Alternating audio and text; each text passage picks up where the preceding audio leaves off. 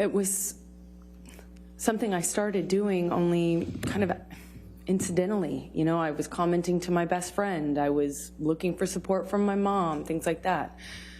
There was, I'm ashamed to say, never a thought that this would happen.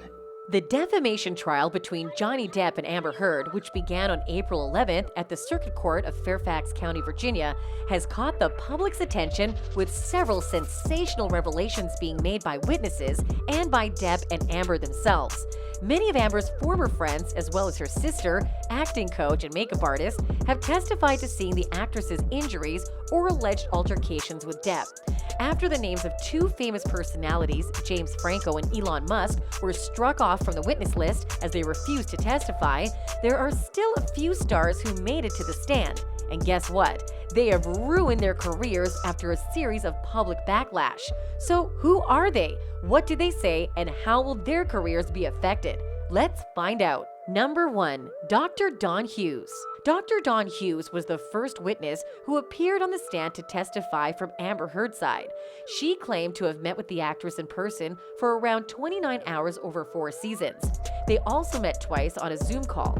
In her testimony, the psychologist insinuated that Johnny Depp had indulged in intimate partner violence against his famous ex-wife. Hughes happens to be a forensic psychologist accredited by the American Board of Professional Psychology in New York City. While testifying on May 3rd, the doctor stated that she had earlier diagnosed the Aquaman actress with post-traumatic stress disorder, PTSD. According to her evaluation, Amber had indeed experienced intimate partner violence during her marriage to Depp. While she was on the stand giving her testimony in favor of the actress, an online WebMD profile featuring her name and professional details was flooded with negative comments. Many reviewers criticized Hughes for being sexist and unethical, since she appeared to be biased against males in situations of domestic abuse. Some reviewers wrote that the doctor did not acknowledge that men could also be victims of domestic violence. Several news outlets report that the doctor is facing harsh times following her court appearance. Many of her clients are expected to seek other alternatives, leaving the once decorated psychologist a shell of her old self. Number 2. Ellen Barkin. Ellen Barkin testified about Johnny Depp's controlling and jealous behavior during week 5 of the defamation, pitting her ex-lover and Amber Heard. In a pre-recorded deposition from November 2019, Barkin spoke about her friendship with Depp, which began in 1990. The two would later go on to star in the 1998 film Fear and Loathing in Las Vegas together. The friendship turned sexual after Barkin moved from New York to Los Angeles in 1994. The Animal Kingdom star said she was always aware that Depp drank excessively during their friendship and sexual relationship, adding, "He was a drunk a lot of the time." When asked if there was ever a time Depp was out of control, she cited the time he allegedly threw a wine bottle across a hotel room during an argument with friends. The bottle was hurled in her direction, but did not hit her or anyone else. The veteran actress said it was very common for Depp to be controlling and jealous, allegations also put forth by Amber on the stand. Depp became angry and demanding she testified. Barkin added that she once had a scratch on her back, prompting Depp to get very angry and insistent that she was sleeping with someone else. Barkin, whose acting career was already dwindling since leaving TNT's drama Animal Kingdom, is expected to spend more time in the cold following her testimony in the defamation case.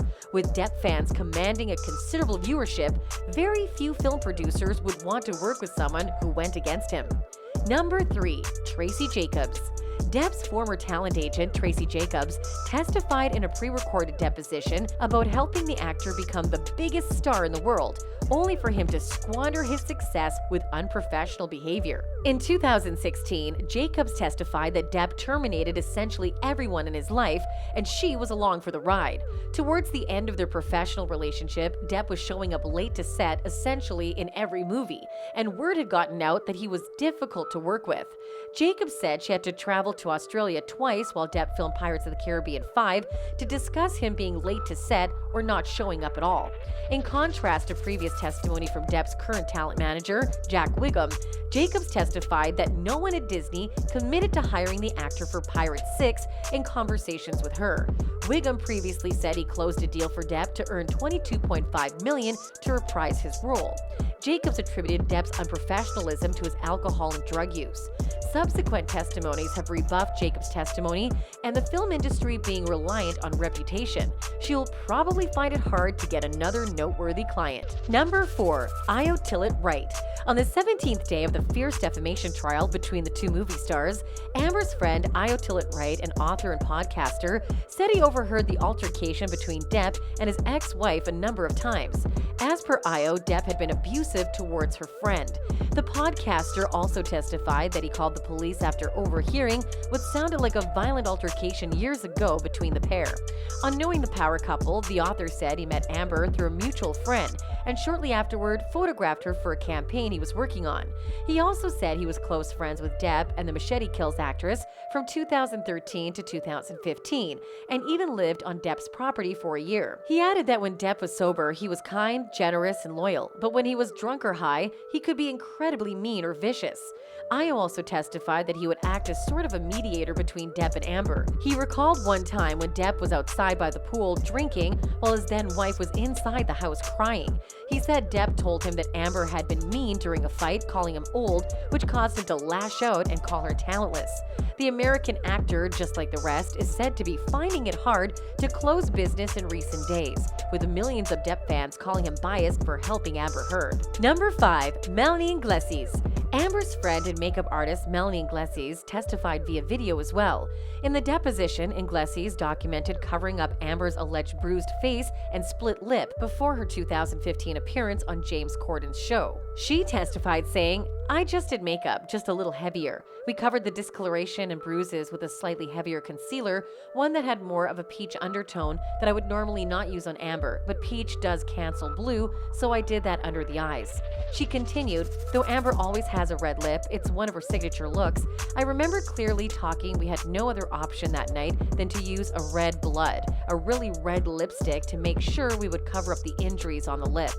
As for the relationship, Melanie admitted in court that she had decided not to continue working with Amber because it was very consuming. Unfortunately for the makeup artist, several witnesses have come out to dispute claims that Amber had injuries to her face and lips a day before attending James Corden's show. If this is proven, it would mean that she is an accomplice, and that will definitely put an end to her beautifying career. Poor Melanie. Number 6. Christina Sexton. And finally, we have Amber Heard's acting coach, Christina Sexton, with whom the star worked alongside from 2011 to 2017.